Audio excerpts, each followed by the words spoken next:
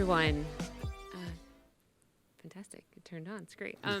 So I'm Christy Anselmo. I'm the Group Product Manager for the Nuke family of products at Foundry, and here to introduce this next talk that we have for you all today. So being a visual effects supervisor is perhaps the most senior creative role, the epitome of what many VFX artists aspire to.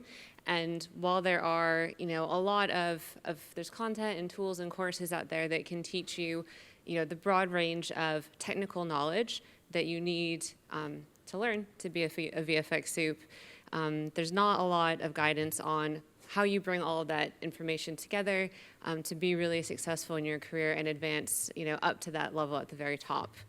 So we're very excited today to have Victor Perez here, who is a VFX supervisor and director, multi-award winning. I think we said almost 50, very close to 50. Recently nominated for a VES award in cinematography. So Victor is a very talented, multi-skilled, and wonderful person. So we're very excited to have him here today.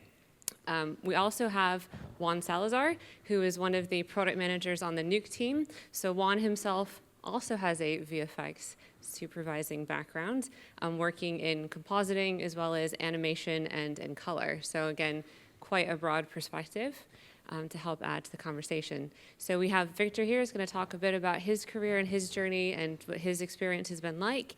We also have some questions that we've collected in advance on social media that we're going to be asking to get you the answers that you would like to have from Victor. So with that, I'll turn it over to Victor and Juan. Thank you very much. Wow, what a presentation. Not even my grandmother can present me like that. It's like amazing. Wow. Thank you, Christy. Cool. That's amazing. All right. Well, shall we start with your breakdown? Yeah, let's start, because you can hear to see things. So I saw things that you humans.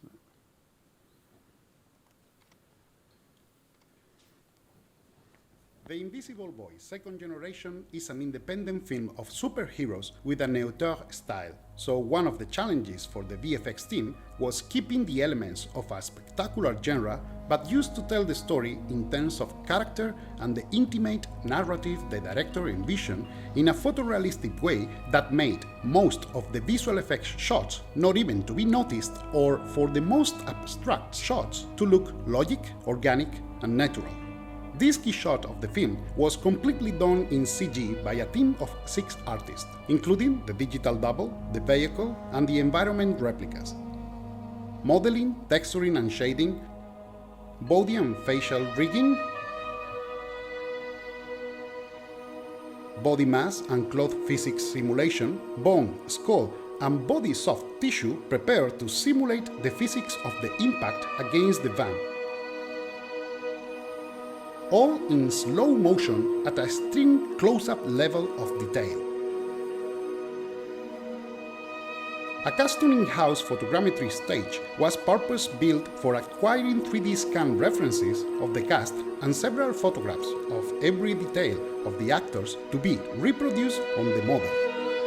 The camera closely travels from his feet to his face with dynamics typical of manga iconography.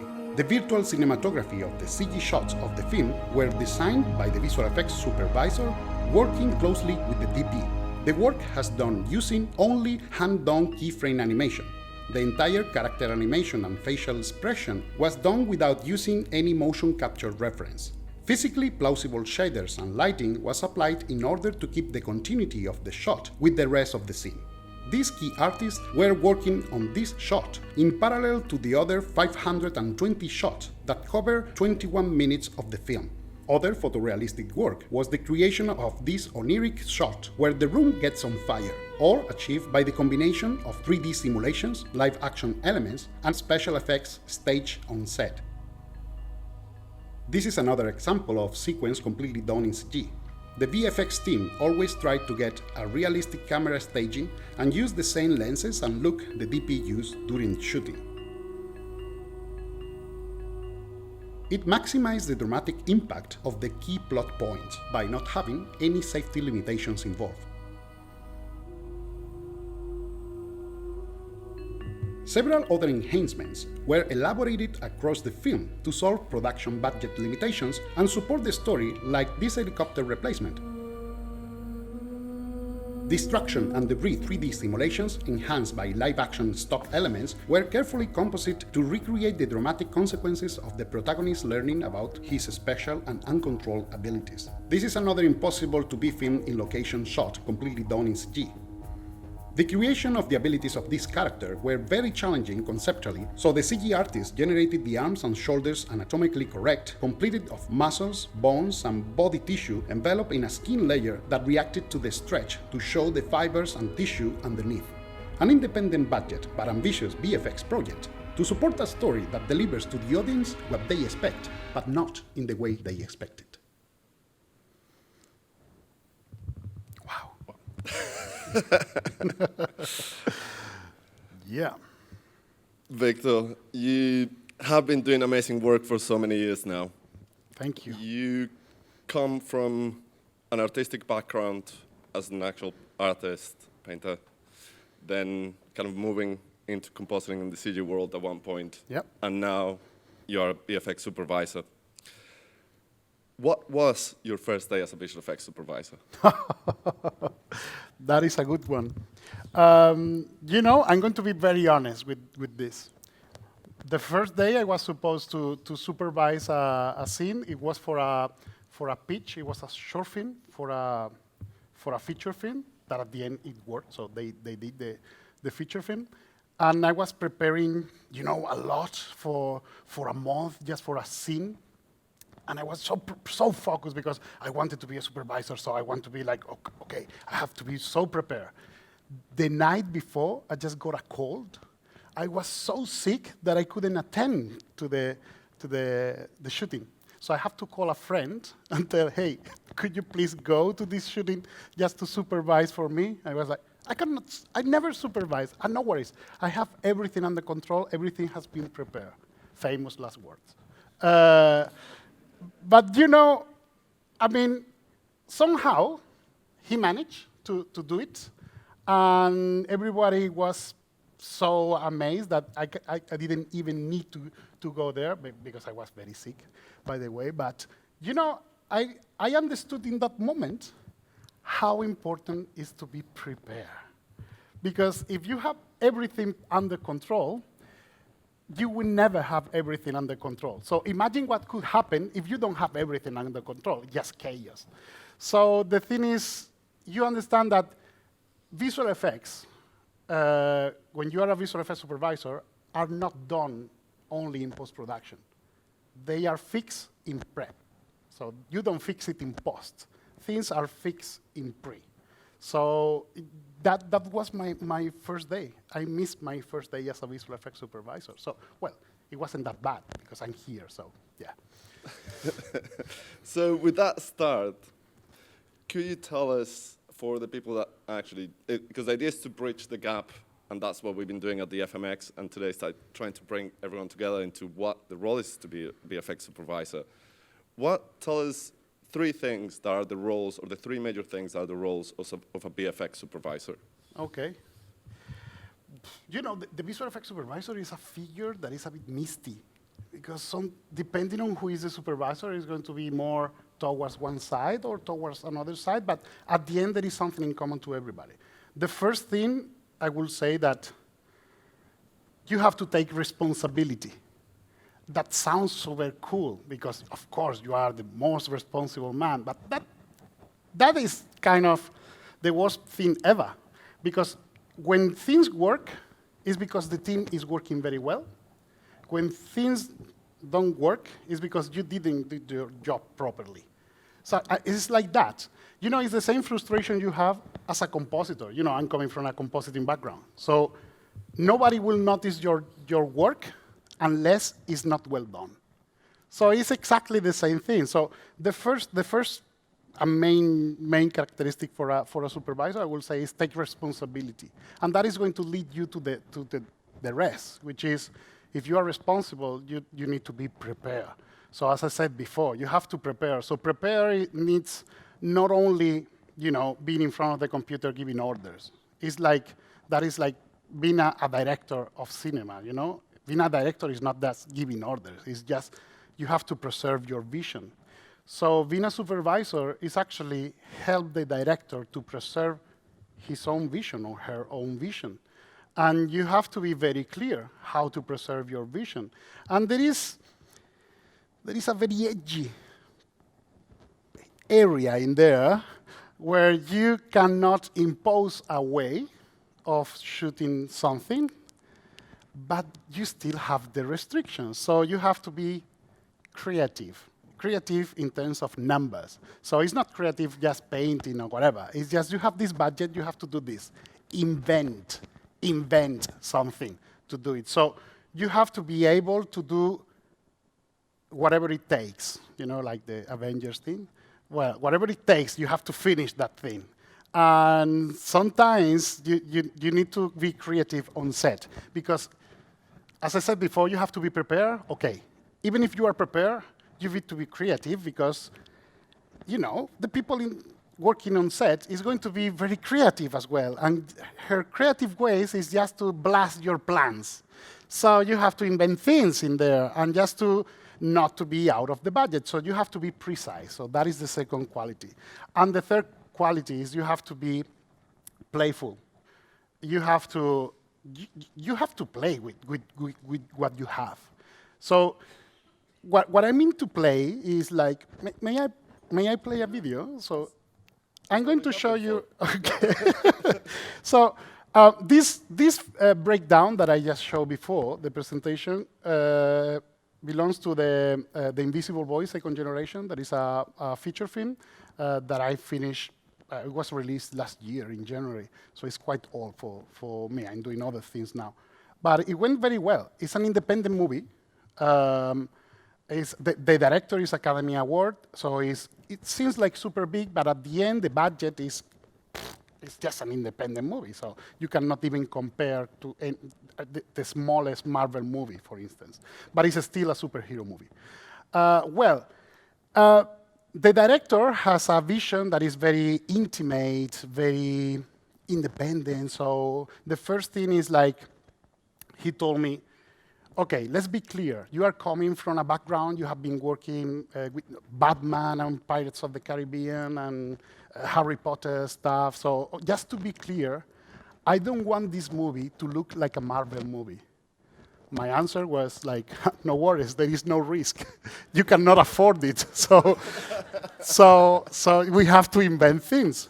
And he was like, no. I want, this needs to be more metaphysical, more psychological, more. I said, okay, but you are doing a superhero movies. So you need to respect the genre, because the people that is going to see a superhero movie wants to see a superhero movie. So in this fight between can we show the powers, cannot show the powers, and imagine the main character, the superpower is being invisible. So it's like, how do you represent being invisible? It's not that interesting. But there is another character that is launching fire. And the director was not sure about showing the fire, because he told me something that is something that turns me on. That is not, if you do that with visual effects, that is not going to look good. I said, what? It's not going to look good if you do it. Let me do my work. So he wasn't convinced, and I said, OK, may I just try something? Just give me this afternoon. I'm just going to try something. So I just did this, and I'm going to show you the video, and then I'm going to show you how we did that video. So here you are.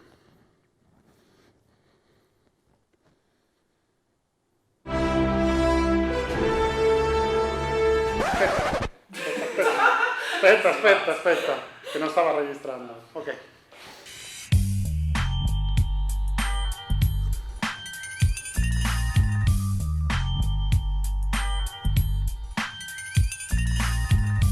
Quando volete. 1, 2, 3.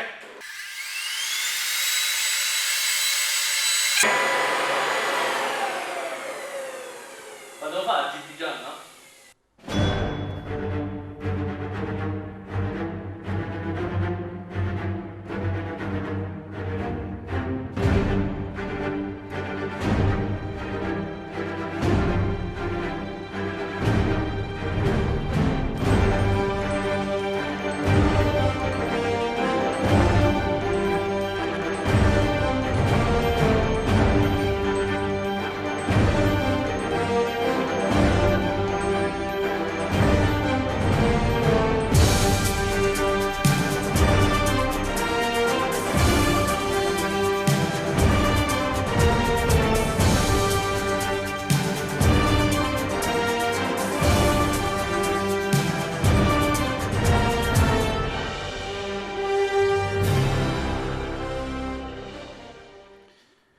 Everything sounds better with the Avengers soundtrack.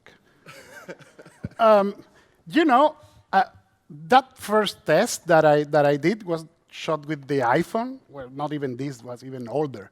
So with the iPhone, and you know, that's the cool thing of an evolution coming as a compositor. Is like, I don't need like big stuff. I just need like, yeah, a little lamp and wind. So the concept that is behind is quite deep. You need to understand deep. You need to understand how physics works in terms of fire. Fire is I mean, hot air, so it's going to move air around her. And also there is light, because it's incandescent, so you need to recreate that light. So they keep saying, the production keeps saying, is like, this is an independent movie. We cannot expend money for doing that. And I said, I don't need complex things. I just need a couple of lights and maybe a couple of people from the SFX department just throwing wind. And everybody was so skeptical. As soon as I showed the video, everybody like, wow, this is so cheap, so we can do this with way less than we give you. And I say, okay, wait. Wait. I shouldn't use IKEA next time. Something more, expensive. But anyway, the concept is like, yeah, it is true. But as soon as you start of course, you can do that with an iPhone. If you create that in a set with highlights, that tiny light is not going to work. So the thing is, you have to demonstrate that it can be done. Not because they don't trust you. It's because, well, yeah, it's because they don't trust you. So let's face it. It's because they don't trust, because I cannot blame them. They are expending millions. And it sounds, we say millions, and it's very quick to say, but millions is a lot of money. I'm not talking even to Avengers, that is, way more. Even in an independent movie, they are just expending so much, and of course, they want proof that you can do that. As soon as you start creating some kind of confidence with the director and the producer and the director of photography, you start earning points. So I remember in the beginning of the production, I was the alien. Like, oh my God, the guy from this visual effects, okay, keep out. And at the end, it's like, oh, here you are, Victor, you fix it later. No worries, we have the craning frame. No worries, Victor can fix it later. I go, okay. But, there are both sides of the error. You cannot get overconfidence, because the overconfidence came with a lot of responsibility. And I don't want to have all the responsibility. I just need to be clear. What's my responsibility and what's not my responsibility? The thing is, in my area, I must be the king. So I control that. And not because I want to be like, everybody just doing that to me. It's like, I need to keep the control of my resources. If I don't have the control of my resources, I cannot guarantee the results. So I'm answering for my teams that are working, and I am a freelance. I'm not working for a particular company. So I just need to preserve the integrity of the vendors that are working for me so they don't kill me. And I have to preserve the integrity of the budget and my clients. So being a supervisor is just being responsible, which means everybody gets angered to you. because you need to say no sometimes. And say no is super difficult, especially for me, because I don't like to, I love to create. If they tell me, yeah, let's put explosions, robots, and aliens, I say, okay, let's do it. But you have to be realistic, and you have to study a lot in terms of being prepared. So that is the playful side of the game. It's just to have to invent and try to invent in projection of what you can afford. That's it. Do you want another video? I think that actually that video is a really good reflection of what it is to be a supervisor, especially in kind of independent things. Or kind of, I would say, in most of the industry, I would say that in a way that's what it is. A lot of time we all look at the Avengers and at the great films, which are amazing, but those are the smaller cases, in a sense, of what the reality of the whole industry is. So it's interesting to really think how much supervisor has to come and really be part of that production. So let's leave production for a second and come from the side of what most artists are coming, which is CG or comp. Yep. What is the difference to become a supervisor if you're coming from the CG side or if you're coming from comp? Wow. Well, that is going to sign your future. Your past is going to change your future. I believe there are actually two different schools of thought when you become a visual effects supervisor. If you are coming from the 3D side of things, you have a vision. If you are coming from the 2D side of things, you have another very different vision. So in my opinion, and this is just my opinion, I'm not a 3D artist. Nobody's perfect. Coming from the compositing background, it means that I'm used to know what you need to complete a shot. Why? Because those are the elements I need to deal with every single day when I'm a compositor. So you have the green screens, you have the CG, you have the elements, you have and then it's your work just to put them together. Sometimes, how many people in here is a compositor? Okay, nobody's perfect, no worries. No shame, no shame.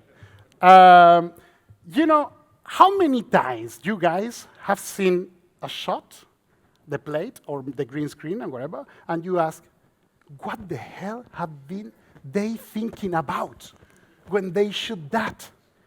So didn't they know that this marker in the hair is just killing me and I'm going to spend so much time? Yeah, I said that so many times. And now, when I'm shooting things, I'm just praying, oh my God, I hope the people is not going to say, who the hell put that marker in there? Because you have restrictions. You have a lot of restrictions in time. So you have to take decisions. And you can decide, okay, I'm going to go there and remove the marker and just make someone to lose 3 minutes. Or I'm just going to leave the marker and I'm going to lose the life of a compositor. Well, sometimes you prefer to sacrifice someone in post-production. Well, I'm kidding, but you know, sometimes those 3 minutes on going and removing the marker, you don't have it because you have a small, tiny amount of time for doing things. And if you remove the marker for then, right after, putting then, and you are asking, may I remove the marker? May I put the marker? Okay, that is going to make people angry. So you just need to be clear, and on set, you need to be invisible. So you don't want people to notice you. So coming from a background of a compositor, the thing is, I know what can be done. I know it's going to cost me 1 day more of a compositor, or if he's a very, very, very good compositor, it's like half a day. So I can deal with that. Of course, I'm not going to have 5 markers in here. I'm going to ask for 3 minutes because that is going to save so many lives later. But if it's just one, you have to, as I said before, you have to take responsibility for that. And I'm going to say, okay, let's go. Because you need to understand the needs of that. So that is your point of view on set. The point of view is you have been paying for the errors of others, and you have been also putting everything together. So when you are designing the shots on paper, you know very well that in Nuke, at the very end of the project, you are going to need this, this, this, this, and this. So your work as a supervisor is to design the shooting in order that you get everything you need in the time frame you have as better as you can within the budget limits. If you are coming from the CG side, and I have friends that are coming from the CG side, you build the bridge from the other side. So let's say that the compositors, the supervisor coming from a compositing background are building the bridge from the end. And the people coming from the CG area are building the bridge from the beginning. So you start building up things. Of course, depending on the kind of shot, you have to take one approach or the other. I'm not a specialist in 3D, but I understand how the 3D works. So you need to have an overview of everything. But my tendency, because I'm coming from a compositing background, is just like, this is a shot. I'm just seeing the compositing structure of that shot in my head, and I say, OK, I'm going to need this.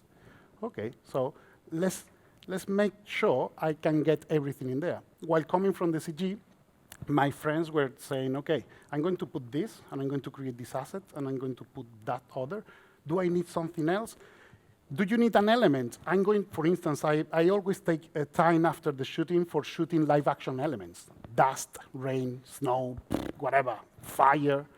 Other people that love the 3D more, maybe they have the tendency to create simulations. Yeah, with the simulations, you have more control of the kind of simulation that you can get. The thing is, I believe nothing looks more real than the real thing. So if you can get it for real, that is very cool. The thing is, to get it for real, if you have just to stage for dust or fire or whatever, you just need to get in consideration what you are going to get from the set. So again, you are having always the mindset of a compositor in your mind just to get all the elements. And the CG is just another element that are going to provide. While the CG is going to be, for instance, it's going to be much better to have a CG side if you are doing a character that is full CG on set. Because, of course, you know very well what you are going to need on set to get that character right. But for other kind of invisible effects, and I'm more into invisible effects, so I would prefer people to focus on the story. Yeah, that side comes from the compositing. I mean, it's not one is better than the other, but depending on what you are doing, you are going to get an approach or another. It is, I come a little from the CG side, and then I moved to the 2D side. And I actually did that because of feeling that I didn't have that knowledge of how the finishing of the shots happened. And that was what helped me a lot on how I actually became a sup. It was actually understanding from the end, but I actually was coming from the CG side and understand I always work originally more thinking of that 3D and how to do that 3D part. So it's very interesting to see how the sups work in that area. So saying that, you have a video there about how you actually go on set and what you do on set. And this experience of going on a recce and having to kind of check the set before and figure out how you're going to do a shoot, which actually involves a lot of 3D in a way, because it's how you actually start building what you're actually going to do at the end. Yeah. Shall we go into that experience? Let me show you. Yeah, I'm going to start with this one. So let me explain you what I just created. This is something that I just confessed the Foundry last night that I was doing. And I'm using Nuke not for compositing most of the time. This is very cool for me. It's very strange for the rest of the world, I understand. But what I'm doing in here is I'm simulating the set that I'm going to be when I need to shoot something. So what I created is a setup in here. So it's not a tool or whatever. I just create a quick setup to create a super fast photogrammetry element that I can just fit at a real scale to understand, for instance, things like what is the rig that I'm going to put the camera when I need to shoot a particular thing. Because, for instance, having the camera, if you want to have like a very high camera, you can have a drone or you can have a techno crane. But the kind of movement and the limitations you are going to have are very, very different. The freedom of the movement is also different, and again, the costs are going to impact a lot.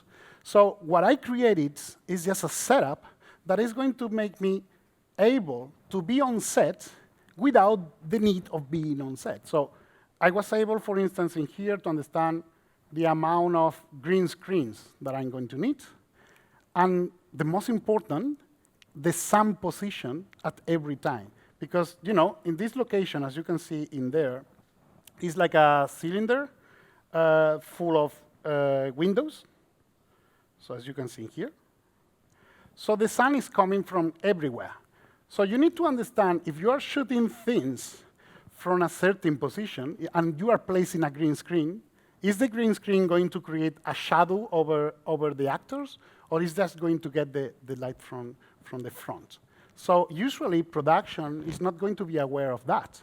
So I need to provide information for them to understand that, yeah, the sun is coming from there at this time, so I need to shoot at this time, or if we shoot at another time, I need another kind of setup. So it's not only I place a green screen, because of course, if you want layering, you put green screens, but how big is the green screen? And depending on how big is going to be the shadow? And can I use that green screen later for another shot?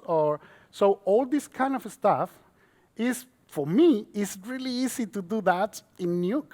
I can even show you if you like. I have may I? Go for it. Okay. This is for a film that is not released yet, but no worries, you are not going to understand anything because it's for underwater shooting. So what I have in here is a pool, and this pool that looks quite nice is just a photograph coming from this thing. It's a 360 degrees done. Do you know the camera? There is a camera, it's quite cheap. It's called Theta.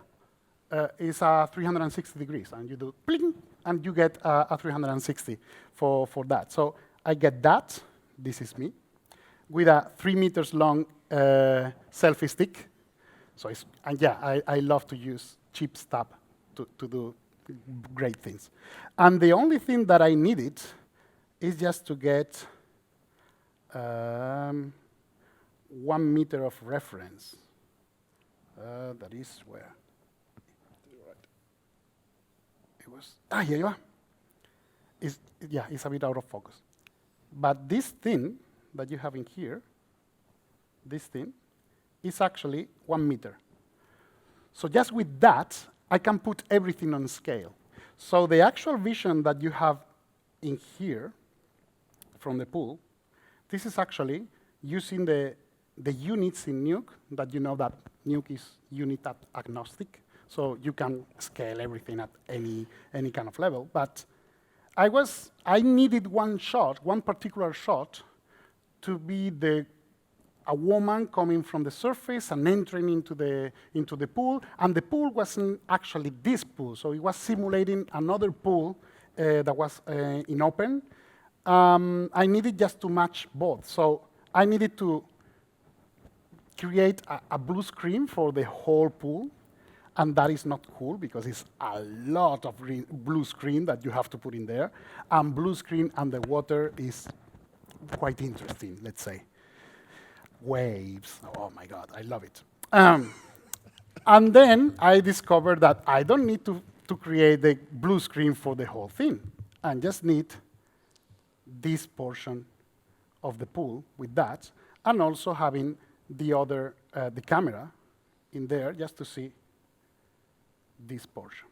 So the actual frame that you have in here is what the camera is seeing, everything, the film back and everything. So I'm using just photogrammetry, but instead of, I'm using the other way around. So I get my camera, and now I want to know what I'm seeing in terms of visuals, angles, and everything. So in here, just by designing this, I was able to understand that I need 6 by 6 meters green screens, and just this scale for the pool.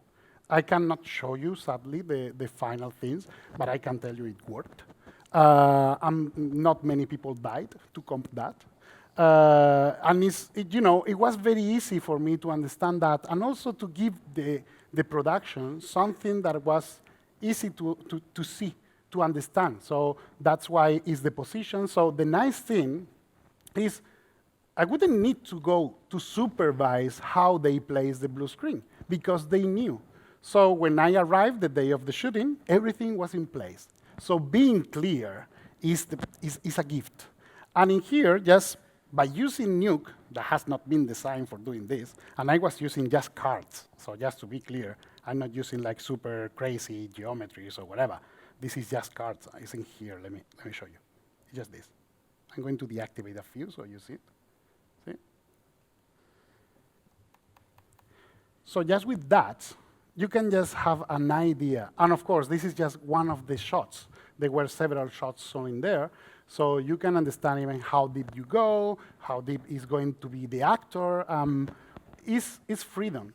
So it's just a way of pre-visualization. I cannot call it previs because it's not previs. I don't have any kind of an animation in there. But I will say it's staging.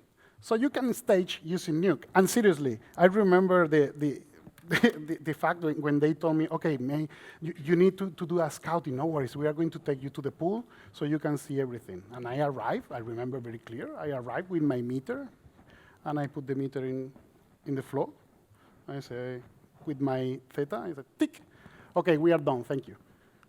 What, you don't need anything else?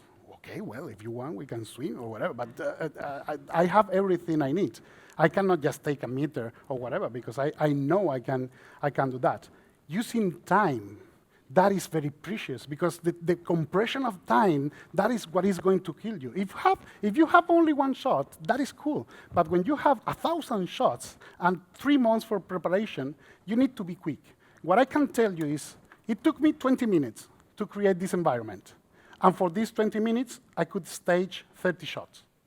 So the outcome of the time that I invested using Nuke was super cheap, because in 20 minutes I just produced a lot of material. The other case, the one that you saw in the other video, that was way more elaborated because it was 250 shots.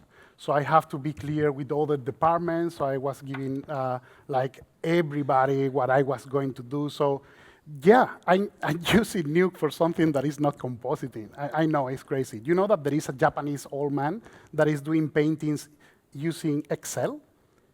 Well, this is like me using Nuke for that. But well, I have to admit that Nuke is way, way easier for doing the stuff. And you have different views, because you can have like the top view, and you can even render out top views for the people, and just saying at the scale. So is kind of an engineer of the set for this thing. I mean, I really love the software. I'm using for everything. Yeah. Cool. So normally that's, again, because we're talking about bridging the gap and how to get to be a soup and everything else.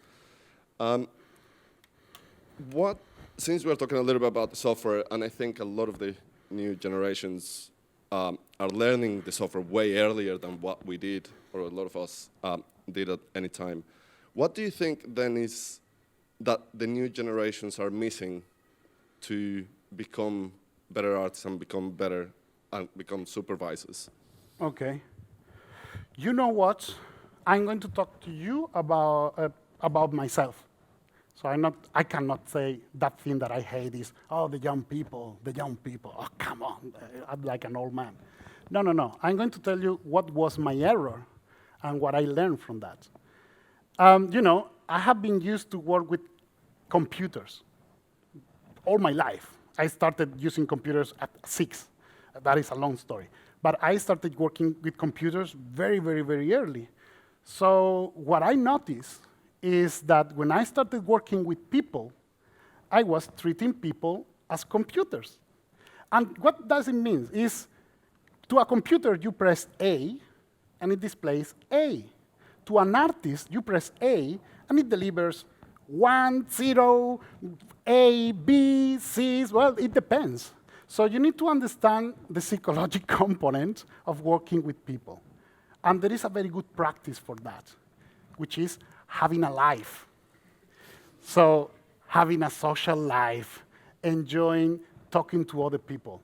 And because we are talking about the bridge, these kind of events where people just meet, that is seriously, is invaluable. You can just meet, I mean, everybody that matters in the industry, and you can even stop them and say, hey, I love that, or hey, I didn't like that, which is even way more interesting. I didn't like that. And maybe they can explain why. Why maybe they failed. Or maybe it was supposed to be like that, or maybe they didn't thought about that, but you start a conversation. Well, it's not a good idea to start always a conversation, telling the people that they were wrong, but it's also good to talk about what was the challenge. What did you fail? Because that is the most important part. You know, experience, when you get a senior position, it means that that person that is a senior has made many, many mistakes. So you are paying them so much because they are expert in mistakes. So the thing is, if you want to become a VFX supervisor, have mistakes. But to have mistakes, you have to grab a camera and to shoot something with effects. Until that moment, you are just planning. And in your head, oh my God, in your head, you are the best visual effects supervisor ever. It's like, have you ever heard someone that says, oh, I have a story for a film that is a killer. That is going to be the best film ever. Okay, write it down. Because until that is ground on paper, that is nothing. Ideas are free. Everybody can have ideas. So you have to put things effective. And the bridge is like talking to people you are going to understand and become more humble, to understand that even the people with 400 million films have issues. Because 400 million films mean 3,000 shots at just one is just so complex that you can spend your life in one of those shots. So it's very cool to talk to people, to understand that, and to do the job. If you want to tell someone how to do their job, you should at least understand what they are doing. So being a supervisor at the end of the day is kind of being an everythingist. So you need to understand about everything, even if you are not good at everything. That is my case. I'm not good at any of those. Maybe I know a couple of things about compositing, but at the end of the day, you need to understand how to ask the people what you need, and also to help them to help you. That is another part of the deal. So something that I would recommend is you want to learn, go on set. That is the missing part for everybody in here. I mean, in here in general. It's like you don't have much opportunities to be on set. And many years ago, the way of learning the craft was going with someone and just helping, just taking cables or taking coffee or whatever.